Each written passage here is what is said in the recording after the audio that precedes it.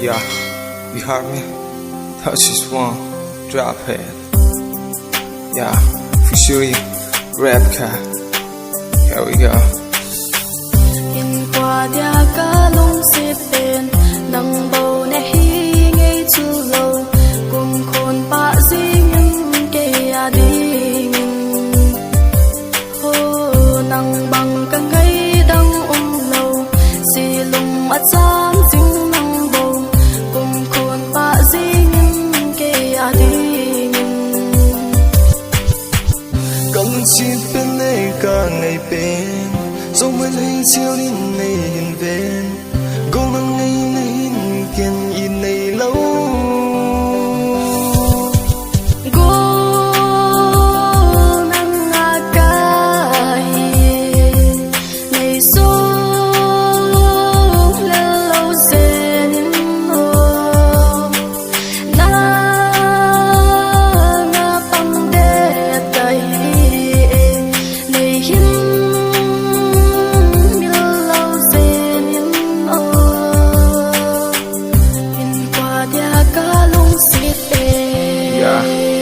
This is where I love you, cherish you, die for you, will never die for you. Never think to stay away from you. Yeah, my honey, you. I beg you love me till the end next.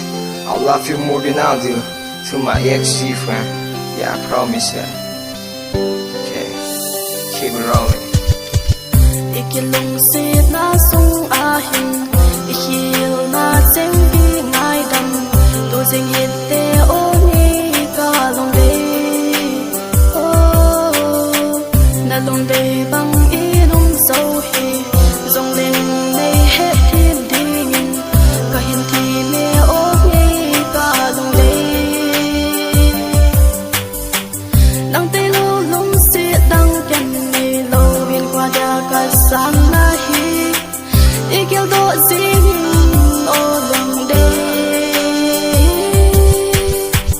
Công xin bên này cả ngày bên dẫu mới lấy chiều đi này hiền về công năng ngày này kiên in này lâu Now we know what's up, think that thing, rap, sing that you and me are really meant to be. Human me, all the same, I know same parent. Never comes to my mind, you're the truth and one woman, one and only, huh? Baby, there's a God, make my heart blow me, show me all you got, ready now. Cause the beats will happen to be an ex-girlfriend. Tell me that, hurry that, on my biggest days that hasn't happened on my lovely whole life, on my whole fucking life, but I got you now, I'm really proud of you. Fuck it, the beach ain't my top girl, she's a sucking wish, love my speech. Ain't she love me? Yeah, she really helped me. But I got you now, baby. Feel free. Come join my family tree. Yeah, love me. Shine, baby.